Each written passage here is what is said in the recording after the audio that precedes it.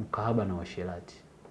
Kiukweli kati ya kosa ambalo sitamani mwanafunzi au mwanachuo Mwalimu Nyerere kukutana naye ni wa design hilo, kosa la ukahaba na uasherati ndani ya chuo chetu.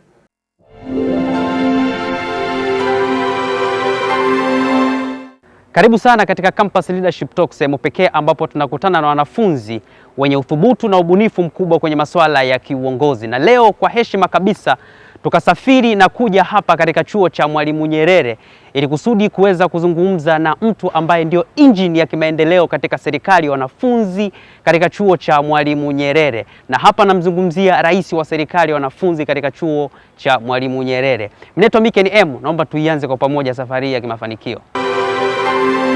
Rais wa serikali ya wanafunzi katika chuo cha Mwalimu Nyerere ndio mtu ambaye tupo naye hapa leo katika kipindi cha Campus Leadership Talk kama nilivyotoka kukuelekeza mara ya kwanza kabisa. President, naomba ujitambulishe kwa mtu ambaye hakufahamu au mtu ambaye alishawahi kukuona lakini sasa hakujui wewe ni nani. Asante sana. Kwanza mimi kwa jina langu naitwa Magashi Magina. Ni rais wa serikali ya wanafunzi MASO katika chuo chetu kizuri kabisa cha kumbukumbu ya Mwalimu Nyerere. Na ukiachana na uraisi, una vitu gani vingine ambavyo unavifanya au ni wewe ni mtu aina gani ukiachana na uraisi? Kikawaida kila mtu huwa ana kitu anafanya nje ya majukumu yake mama ambayo amepewa au amekabidhiwa. Mimi binafsi nje ya uraisi nina kazi nyingi ambazo nafanya, lakini kazi kubwa ambayo nafanya ni mimi ni mjasiriamali mdogo mdogo. Nimejikita zaidi kwenye ujasiriamali mdogo mdogo. Kwenye ujasiriamali biashara gani ambazo unazifanya? Biashara ambayo naizungumzia ni duka dogo tu ambalo ni la kuuza bidhaa ndogo ndogo ambazo zipo. Okay. Yeah. Sasa kwa mara ya kwanza kabisa unakanyaga katika chuo cha Mwalimu Nyerere, ulitarajia kwamba unaweza ukawa rais? Kikawaida tunasema kwamba unapofika sehemu lazima kwanza uangalie mazingira. Je, yanakuruhusu kuwa sehemu ambayo umehitaji hapo? Mimi sikutarajia of course kuwa rais wa serikali ya wanafunzi, lakini mazingira nilivyofika yaliniforce kuwa pale ambapo nipo mpaka leo. Hapo katika mazingira kitu gani ambacho kilikushawishi hadi ukaamua kugombea urais? Asante. Vitu ni vingi ambavyo vinaweza mtu vikakushawishi na ukatamani kuwepo sehemu hiyo ya kuwa kiongozi hasa ngazi ya upande wa wanafunzi. Mimi kuna vitu vingi sana.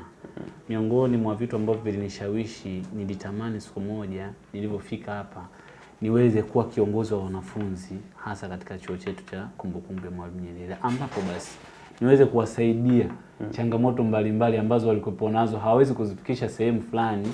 Mimi nitamani sasa nizifikishe hizo changamoto zao, nizichukue niweze kuzifikisha sehemu husika, especially kwenye uongozi wa chuo moja kwa moja. Okay, na nani ambaye alikuinspire sana kwenye kugombea urais? Mimi wapo wengi. Kiongozi ambaye mimi aliniinspire kwa upande wa kitaifa, nisiwe mnafiki, ni John Pombe Magufuli. Aliniinspire sana kwa uongozi alivyokuwa anaongoza yeye, lakini pia hata hapa kwenye taasisi yetu ukifika unakuta viongozi wapo. Kuna viongozi ambao wamepita. Nilikuta viongozi kama marais wawili wamepita hapa, waliniinspire of course kwa sababu miongoni mwao ni marafiki zangu. Kwa hiyo nilikuwa najaribu kuangalia wanachokifanya. Kuna siku na mimi nikatamani, natamani na mimi nifanye kama wanavyofanya wenzangu ambapo walikuwa wamenitangulia. Kwa hiyo na mimi waliniinspire pia wa hapa. Lakini pia na jemedari wetu wa saizi Mama Samia na mimi najaribu kumwangalia mama, anafanya mambo mengi mazuri pia. Kwa hiyo na miongoni mwa watu pia ambao wameniinspire na yeye pia ni miongoni mwao. Sasa baada ya kupata wazo kwamba unaweza ukagombea urais na wewe mwenyewe ukajiona kabisa mimi naweza na nafiti kuwa rais. Sasa harakati ulipozianza, changamoto zipi ambazo ulizipitia? Nisikufiche ndugu mtangazaji, yani unapokuwa unagombea hasa nafasi hizi kubwa za kuwa rais katika vyuo, kuna changamoto nyingi, zipo nyingi sana. Lakini mimi nitajaribu tu kukuambia 2-3 ambazo kiongozi yote anayetaka kugombea urais lazima atakutana nazo. Cha kwanza ni muda unakuwa hautoshi. Alafu pia cha pili kingine ambacho ni changamoto pia ni watu wenyewe. Unapokuwa unagombea, watu wanakuwa busy sana na vitu vyao. Kwenda kuwashawishi watu unakuta labda wana discuss kuwashawishi mpaka wakusikilize inahitaji moyo. Unaweza ukakuta mob ya watu wako pale wanasoma, wanahitaji kuconcentrate na kile kitu. Sasa ni wajibu wako sasa wewe kuwashawishi wakusikilize. Unaingia madarasani, watu wako busy. Utafanya nini ili wakusikilize? Kwa hiyo ile ni changamoto ambao kidogo viongozi wao tunapitia sana wakati wa kugombea. Na kingine pia ambacho ni changamoto kwenye kugombea, kwa sababu mnakuwa watu wengi, sio mmoja, mnakuwa 3, 4. Unakuta labda darasa fulani unaenda au venue fulani unakuta imejaa ina wanafunzi karibia 1000 na mwenzako anatoka pale anashangiliwa, alafu naenda unataka kuingia pale, unafikiri unajisikiaje ndugu mtangazaji? Yaani inakata, yaani unaweza kada hao ndio mwenzangu nini huko. Ni changamoto zipo, lakini tunazikabili. Unapokuwa umeamua jambo ulifanye, lazima uhakikishe unakuwa na confidence, uhakikishe unaweza ukaamini kwamba naweza kufanya. Kwa sisi tulikuwa tunaamini hivyo. Mimi binafsi nilikuwa naamini hivyo na niliweza. Okay, na hizo changamoto ziliwahi kukukatisha tamaa? Yeah, of course, ndio maana nikasema pale ukikuta mfano venue moja mwenzako ameshangilia wewe, kwa sababu kuna ile unataja sera zako pale watu wakashangilia. Alafu na yeye ndio unatarajia kwamba akitoka huyo mwenzako uingie wewe, alafu ameshangiliwa. Lazima ukate tamaa. Sasa nikifika mimi nitashangiliwa kama yule. Kwa hiyo kuna sometimes yes unakata tamaa, lakini unamuomba Mungu, una pull up your socks, then unafikia kile ambacho unatamani kufika. Yeah, ni kweli. Yeah. Kwa experience ambayo unayo, siasa ya wanafunzi unaweza ukaizungumzia ni siasa namna gani? Siasa ya wanafunzi sijajua kwa mlengo gani unamaanisha, lakini siasa ya wanafunzi kama nitakuwa nimekuelewa vizuri, ni siasa ni ngumu, lakini ni inahitaji uvumilivu na utulivu wa hali ya juu sana. Unapotaka kuanza siasa katika vyuo, kwa sababu obviously vyuoni kuna siasa. For sure. Yaani huwezi ukaitenga siasa na wanachuo. Ipo. Kwa sababu unagombea lazima upige siasa. Kwa hiyo siasa huku ni ngumu. Ni watu walioko huku ni wasomi. Kwa hiyo msomi mpaka umpigishe sera mpaka akuelewe kwamba yes you are going to make something kwa ajili yake, lazima utumie tunasema utumie ubunifu wa hali ya juu sana.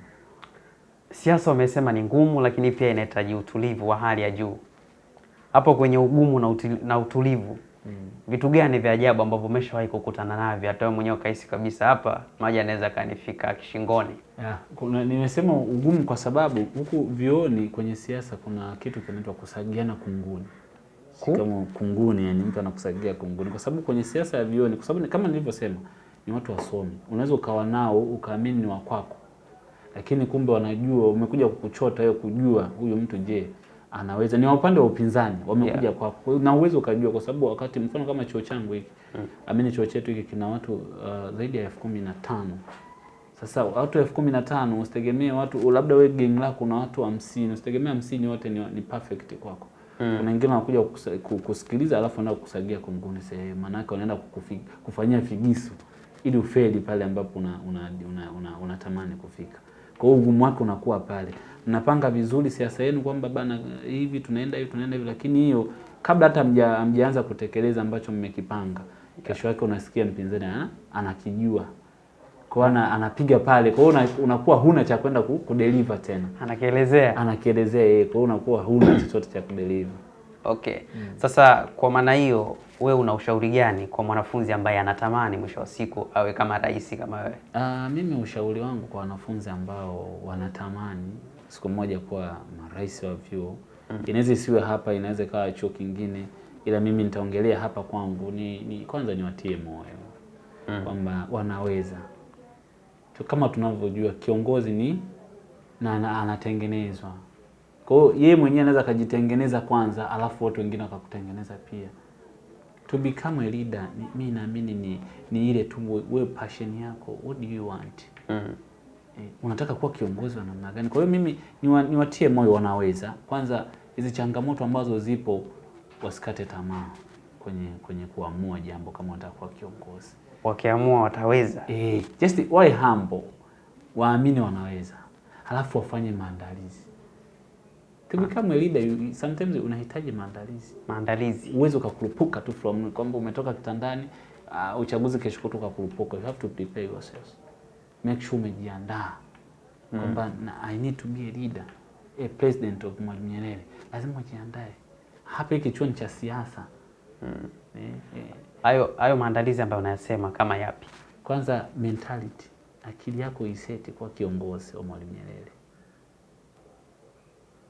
Je, unaenda kwenye kampeni, una watu, unahitaji uchapishe machapisho, unahitaji, kwa hiyo financially pia lazima ujiandae, si kwa ajili ya rushwa, lakini financially, kwa sababu kuna vitu vidogo vidogo ambavyo vinahitaji nini? Pesa, rasilimali pesa.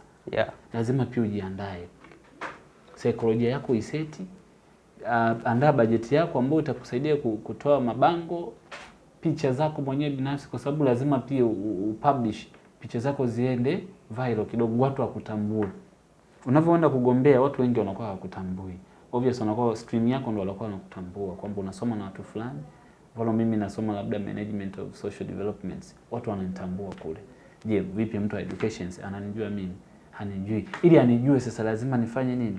Nipige picha, niandae banners ambazo nitaweza kudisplay kila sehemu, watu wataniona, huyu fulani anagombea. Yes. Kwa hiyo watu ambao wanahitaji kugombea, wanaitamani kuwa president, lazima wajiandae kwa design hiyo. Okay, hapa naomba ujibu kwa ufupi sana. Sawa, hamna shida. Maandalizi ya pesa. Wewe kipindi cha kampeni zako, kipindi unaziendesha, kiasi gani cha pesa ambacho ulikitumia?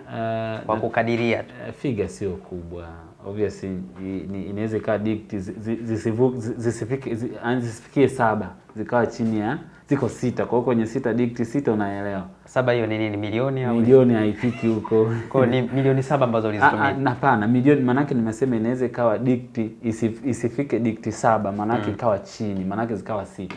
Dikti 6 maana yake inaanzia laki kuendelea, mwisho laki 9 labda, mfano. Nimetolea mfano. Kwa hiyo kwa sababu pesa nyingi ambayo unaitumia pale ni kuchapisha tu machapisho yako. Hamna pesa nyingi ambayo utasema labda unaitumia, ni kidogo. Nimesemea kwamba mtu ajiandae kwa financial, kwa sababu tunajua maisha yetu ya wanafunzi. Hatuna pesa. Kwa hiyo unajiandaa kidogo kwamba labda unaweza kaandaa kidaki chako kwa ajili ya kutengeneza banners, kufanyaje hivyo. Ni pesa tu kidogo ambayo mwenyewe inakuwa accommodate kama rais. Na ukiwa kama kiongozi, wewe unahisi kiongozi bora wewe ni kiongozi wa namna gani? Kiongozi bora, mimi naamini kuna msemo mmoja unaitwa altruism, yani mtu ambaye una save people before you, yani unahakikisha unaenda kuisaidia jamii yako kabla yako wewe mwenyewe. Maana yake unakuwa mtumishi wa watu. Kiongozi bora mimi naamini ni yule ambaye anatumikia watu, sio kujitumikia yeye. Wanafunzi wa mwaka wa kwanza wamefika na masomo sasa hivi wameshaanza na ni wageni. Vitu gani ambavyo ni vya msingi ungetamani wavifahamu kuhusiana na serikali ya wanafunzi katika Chuo Kikuu cha Mwalimu Nyerere? Asante ndugu mtangazaji. Mimi kwa wanafunzi freshers mwaka wa kwanza, kuna vitu vingi ambavyo natamani wavifahamu, lakini umeniambia vichache. Kwanza kabisa, kitu cha kwanza watambue misingi, sheria na kanuni ambazo zinaendesha chuo chetu. Ni hicho kitawafanya waishi kwa amani sana, kwa sababu kila sehemu kuna taratibu, kuna kanuni zake. Kwa hiyo watambue kwanza misingi na sheria na kanuni zetu ambazo zinatufanya sisi tuishi kwenye compound hii. Cha pili pia ambacho natamani wakifahamu, watambue ratiba. Ratiba, huko hatuna kengele, huko tuna ratiba. Ratiba ndo msingi unaokuongoza wewe mwanachuo, unatakiwa wapi, wakati gani na utakuwa na nani. Kwa hiyo ukitambua ratiba yako, kila kitu kitakuwa sawa. Kwa sababu ratiba watu tunazitoa mapema tu. Kwa hiyo ukishatoka ratiba yako, hebu ipitie, hakikisha unakuwa na ratiba yako. Ikiwezekana weka hata kama una geto lako weka. Kama una daftari lako weka hata kwenye daftari lako. Itakuwa inakuongoza tu. Saa ngapi niwe wapi, muda fulani hivyo. Kingine pia ambacho natamani wanafunzi wakitambue kutoka kwetu ni nidhamu. Nidhamu inamfanya mtu kuonekana mtulivu. Ukiwa na nidhamu huwezi ukashindwa kuishi sehemu yoyote. Kwa mimi nawaomba sana wanafunzi wa Mwalimu Nyerere, wanachuo wenzangu, tudumishe nidhamu. Hasa katika vipindi hivi ambavyo tunapitia. Yaani nidhamu kidumisha, naamini kabisa itakufikisha sehemu nzuri ambako wewe unatarajia kuwa. Hapo kwenye nidhamu ni miongoni mwa vitu vya msingi sana. Hapo pia kwenye nidhamu hapo naomba ueleze vizuri kwa wanafunzi wa mwaka wa kwanza au kwa wanafunzi wote wa Mwalimu Nyerere. makosa gani ambayo ungetamani wayaepuke sana, yani wasijihusishe nayo makosa? Makosa ambayo natamani wanafunzi wenzangu waepuke kwa mbali sana, na wala wasiengage nayo. Cha kwanza kabisa ni migomo. Ni kosa kubwa sana ambalo mwanafunzi hapaswi hata kulisogelea. Yaani kama kuna changamoto yoyote, usiendeshe mgomo, bali fikia viongozi wako, waambie nini kinakusumbua. Na viongozi wangu, mfano mawaziri wangu mpaka wabunge, ni watu ambao wanasikiliza sana, mpaka ma-CRs wanasikiliza sana. Kwa hiyo ni bora mwanafunzi unapokuwa na changamoto, kuliko kuanzisha mgomo, ni vyema na haki tafuta viongozi wako. Cha pili, mkahaba na uasherati. Kiukweli kati ya kosa ambalo sitamani mwanafunzi au mwanachuo Mwalimu Nyerere kukutana naye ni wa design hiyo, kosa la ukahaba na uasherati ndani ya chuo chetu. Kiukweli tunawahimiza sana wasiendeshe makundi kama hayo ya ukahaba na uasherati ndani ya chuo. Kingine pia ni utovu wa nidhamu. Mfano, kutoingia madarasani ni moja ya utovu wa nidhamu. Mwanafunzi umefika, wazazi wako wanajua huko Mwalimu Nyerere kwa ajili ya kusoma, lakini sasa wewe unashinda getoni tu au baa wapi umelala.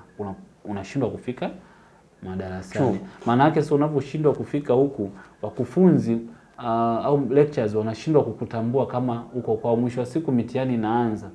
Kuna coursework inabidi mtu uwe nayo.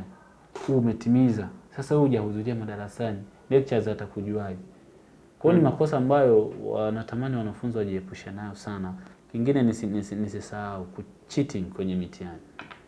Ni kosa kubwa sana ambalo wanafunzi pia na waharati mapema wajitahidi kuepukana nalo hili.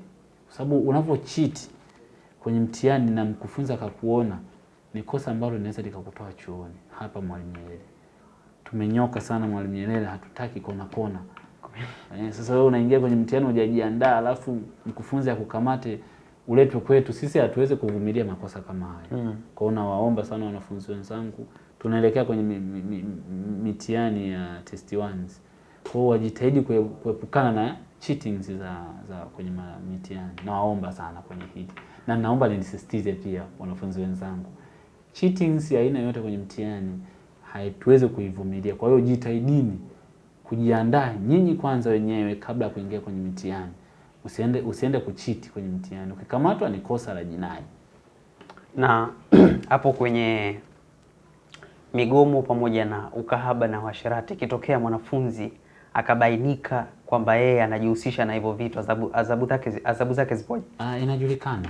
Yaani ukigoma, kwa mujibu wa sheria zetu, hata sisi wenyewe kwa upande wa wanafunzi, kitu ambacho kinaweza kukutoa hapa chuoni ni mgomo. Ukahaba pia tukiubaini unaofanya. Mfano mtu unakuja chuoni unaanzisha makundi yako ya uasherati na nini, hatuwezi kukuacha, kwa sababu utakuwa unatuharibia wanachuo wengine ambao ni watulivu. Kama tulivyosema, tunahitaji utulivu. Utakuwa unatuharibia, tunakutoa mgomo, tunakutoa. Ndio maana nikahalati mapema kwamba kama mtu kwa sababu mgomo siku zote unatokea pale mtu ambapo anakuwa na changamoto halafu anashindwa kutatuliwa. Na sisi ofisi zetu ziko wazi masaa yote. Na simu zetu ziko kila sehemu ya ubao matangazo.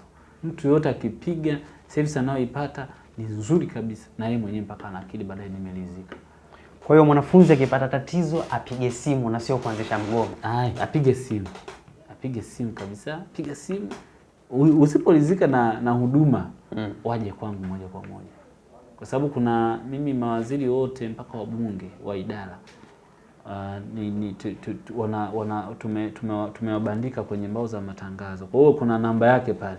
Ukiona kwenye idara yako hujahudumiwa na unahisi kabisa mpaka kesi yako, labda shida yako umefikisha mpaka kwa waziri mkuu, bado hujalizika, mpaka makamu umemwambia hujalizika, njoo kwangu, ofisi yangu iko masaa 24. Yaani mimi naweza kukutatulia, hata kama nimelala nitapokea simu yako. Kuliko kuanzisha mgomo. Okay. Chuo cha Mwalimu Nyerere kipo Kigamboni katika jiji la Dar es Salaam. Jiji la raha na karaha pia. Lakini pia ndio jiji ambalo lina kila aina ya vishawishi. Ukiwa kama president, rais, kwa wanafunzi wapya wa mwaka wa kwanza, una kitu gani cha kuwashauri? Kwa sababu wao ni wageni katika hili jiji. Asante mtangazaji, kwanza tu labda kuna kitu nikukumbushe, sisi tuko mjini na chuo chetu cha Mwalimu Nyerere ni chuo pekee Tanzania kilicho baharini, yani kando kando ya bahari, kwa sababu mwanafunzi akienda kidogo tu anakutana na bahari. Alafu pia ni chuo ambacho kiko karibu sana na Ikulu ya Jamhuri ya Muungano wa Tanzania. Ni kama mita 200 tu kufika Ikulu ya Rais wa Tanzania, Jamhuri ya Muungano wa Tanzania. Jambo jema sana. Kwa hiyo tuko mjini. Kwa hiyo sasa cha kuwashauri wanafunzi wa mwaka wa kwanza umeniambia, mimi ni washauri tu kitu kimoja cha muhimu sana. Kama nilivyosema awali kwamba kwanza nidhamu, pili nidhamu, tatu na muhimu zaidi kusoma. Kitu pekee ambacho kimewaleta wanafunzi katika chuo cha kumbukumbu ya Mwalimu Nyerere ni kusoma. Kwa hiyo mwanafunzi anapofika hapa anachopaswa kuzingatia, nimesema nidhamu, halafu kusoma. Kusoma hii ndo naiweka juu zaidi. Naweza nikaianza hii afu tukashuka hapa. Kwa hiyo ukizingatia kusoma, yani ukizingatia neno kusoma, kuingia madarasani, hakika hauwezi ukajikuta kwenye mambo mabaya mengine yote yale, kwa sababu muda wako utakuwa unautumia kwenye kusoma tu. Darasani mwalimu anakuhitaji, upo. Sijui unahitajika kufanya assignment, umeshafanya. Testi umeshafanya. Kwa hiyo tuzingatie kitu muhimu ambacho kimetuleta hapa ni kusoma. Na hili pia naomba nisisitize sana kwa wanafunzi ambao wanafika katika chuo chetu. Jamani, kusoma ndo msingi pekee uliotuleta Mwalimu Nyerere. Hebu tuzingatie kitu kama hiko. Mtanishukuru baadaye, Waswahili wanasema hivyo. Na hapo kwenye kusoma hapo, mkiwa kama serikali ya wanafunzi, vitu gani ambavyo mmevifanya ili kuhakikisha kwamba swala la elimu linakuwa vizuri, lakini hata wanafunzi pia mnahakikisha kwamba wanafanya vizuri kwenye mambo ya kitaaluma?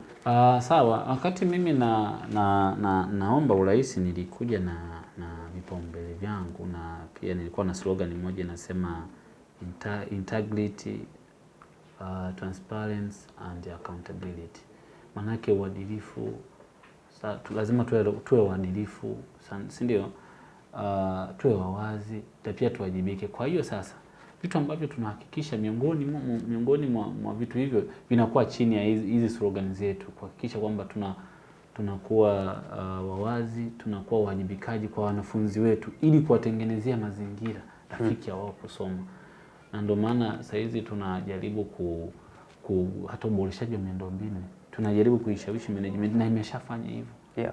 Uongozi wetu wa chuo, yani niseme tu, yani Mungu awabariki sana. Wanafanya vizuri, wanatusikiliza sana sisi wanafunzi. Hasa tukienda serikali ya wanafunzi kuomba kitu chochote kwenye management, wanatusaidia sana. Sasa hizi wametuwekea kila darasa sasa hizi lina feni. Na muda sio mrefu tunaingia kwenye mifumo ya hii tunasema artificial intelligence.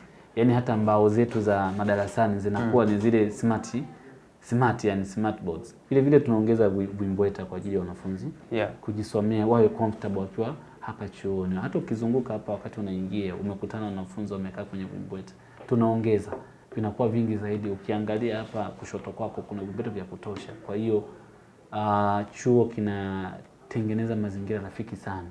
Kwa hata wazazi ambao wako majumbani wawahimize watoto wao kuja Mwalimu Nyerere. Mwalimu Nyerere ni chuo pekee kwa kweli, ni kizuri mno Tanzania nzima. Chuo cha Mwalimu Nyerere inaonekana chuo ambacho wanakisifia sana, kipo pembezoni mwa bahari. Ukiachana na kula upepo wa bahari, wanafunzi ambao watafika katika chuo cha Mwalimu Nyerere, kuna fursa gani ambazo zipo ambazo wanaweza wakazitumia ili na wao pia wakanufaika kupitia hizo fursa? Fursa kwa Mwalimu Nyerere zipo nyingi, kwa sababu kama unavyoelewa ndugu mtangazaji, mnapokuwa kwenye compounds yoyote, mnapokuwa kwenye society yote, kuna fursa zipo. Sisi tuna fursa nyingi sana kwa Mwalimu Nyerere. Kwanza kabisa tuna fursa ya hata watu wenye vipaji wana fursa kubwa sana, kwa sababu tunatamani wafikie sehemu fulani. Mfano wewe ni una kipaji, mfano labda una cha umodo tunasema, cha umisi, cha sanaa yoyote ile, au kuimba. Sisi tunaamini kwenye kunyanyua. Kwa hiyo sisi watu kama tukimpata mtu kama yule, tuna mafungu yetu ya kuweza mtu kumuinua, kumsupport kwa design yoyote ambayo anaweza. Na vile vile mkuu wetu wa chuo ana malengo mazuri sana kuinua fursa mbalimbali kwa vijana. Kwa hiyo mtu yeyote ambaye anaamini ana kipaji, anatamani kunyanyuka, yeye aje tu ofisini kwetu atuambie, mimi kipaji changu ni hiki hapa. Tutamsupport kwa design yote ile. Kwa hiyo hapo njia gani ambayo mnatumia kwa support mfano kwa hao ambao wenye vipaji? Mnawapa hela kwa kuendeleza vipaji au njia ipi ambazo mfano mtangazaji, mfano labda mtu ambaye anaweza kuimba. Sisi anaweza akaja ofisini kwetu akatuambia na mimi naweza kuimba. Kuna wizara yangu ya michezo itamsikiliza. Kama anaweza kuimba wakalizika, tunaweza kumsupport, kumpeleka hata studio, kwani nyimbo moja kutoa shilingi ngapi? Kwa hiyo tunaweza tukamsupport, na mimi nilishatangaza wazi kwamba kwa mtu yeyote ambaye anaamini ana kipaji aje ofisini kwangu hapa. Na au afike kwa mawaziri wangu, aseme tu. Kwa hiyo sisi Mwalimu Nyerere kuna fursa nyingi sana. Zipo. Okay. Kitu cha mwisho. Lakini kabla kitu cha mwisho naomba uelezee hichi kitu hichi. Asante. Naomba ukielezee kwanza. Hii ni zawadi ambayo nilipewa. Ni zawadi ambayo nilipewa na hawa watu wameandikwa hapa kama unavyoona. Ni zawadi ambayo nilipewa na hawa watu. Ni awards ambao ni best collaborative. Yaani huyu mimi nilijaribu kuwaunganisha marais wa vyuo mbalimbali vya Dar es Salaam. Walikuja hapa chuoni kwetu kama marais 16. Walikuja hapa Mwalimu Nyerere. Nilijaribu kuwaita, tulikuwa na tukio. Kwa hiyo hawa watu wakaona kwa nini wanipe zawadi. Nilishinda, walinishindanisha na baadhi ya marais lakini nilishinda. Kwa hiyo mimi ndio maana nikasema kwamba tunaamini sana kwenye ushirikiano. Mimi nilifanya, tulikuwa na tukio hapa, wakaja marais karibia wote na mawaziri wengi. Kwa hiyo walikuja almost viongozi karibia 50. Tukashirikiana nao. Kwa hiyo ndio maana nikakwambia Mwalimu Nyerere ni sehemu ni Geneva of Africa. Ni sehemu nzuri sana ambayo mtu unaweza ukimuita mtu lazima aje. Kwa hata ukiwaulizia marais wa Dar es Salaam wanatambua. Wanakijua kichuo cha Mwalimu Nyerere kikoje. Sifa ya watu wa Mwalimu Nyerere ni wakarimu. Kwa hiyo tulifanya hivyo, tukashinda tuzo hii hapa. Tulipewa, tulikuja nayo hapa. Ulijisikiaje lakini uliposhinda kwamba umefanikiwa kuwaita marais na tuzo ukakabidhiwa? Ulijisikiaje? Kiukweli ndugu mtangazaji, mwenyewe sikulala kwanza hiyo siku. Nilijisikia furaha sana baada ya kushinda hii tuzo. Kwa sababu marais wa Dar es Salaam wengi wanafanya vizuri. Kwa nini ikawa ni mimi? Marais utakuwa shahidi wangu, nazunguka kwenye vyuo vingi. Marais wengi wanafanya vizuri sana Dar es Salaam. Ni kweli. Ukienda TIA utamkuta Bwana Ngonyani, ukienda UDSM utamkuta William, ukienda vyuo vyote hivi tunashirikiana kwa ukaribu sana. Kwa hiyo kwenye ushirikiano wetu na tuna jambo kubwa tunaliandaa upande wa marais, litakuja soon, tutawaambia. Unaliandaa wewe? Tunaliandaa marais kwa kushirikiana, na ndio tukasema collaborative, tuna collaborate. Ila sasa main inawezekana ikawa mimi au akawa rais mwingine, lakini tunaliandaa the huge one. Ni kitu kizuri. Sasa naomba utoe ujumbe mmoja mzito sana kwa wanafunzi wa vyuo vikuu ambao wanasoma Tanzania. Ujumbe mmoja mzito sana. Asante. Ujumbe mzito kwanza ni waombe tuimarishe amani katika nchi yetu ya Tanzania. Tuepukane na makundi au vikundi ambavyo vinachochea vitu vya ajabu kwenye nchi yetu. Nchi yetu ni tulivu na yenye amani sana. Tuonyeshe support kwa viongozi wetu ambao wapo.